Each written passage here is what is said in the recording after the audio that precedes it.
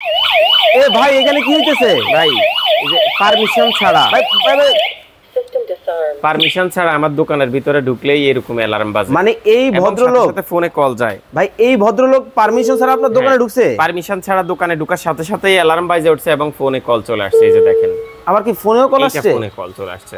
এদিকে মানে আজব চোর যদি ধরার যন্ত্র। উনি না হয়ে যদি আমার দোকান বন্ধ অবস্থা হইতো তাহলে সে চোর।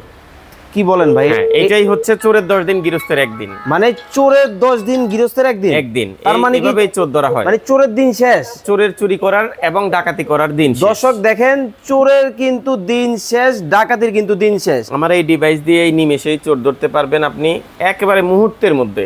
ভাই আমি তো যেভাবে ভয় পাইছিলাম, ভাবলাম যে পুলিশের সাইরেন না, বাজতেছে। ভয় পাওয়ার কিছু নাই। এটা হচ্ছে আপনিও ধরেন এখন আপনি নড়াচড়া করতেছেন আমার ডিভাইসের সামনে গিয়ে।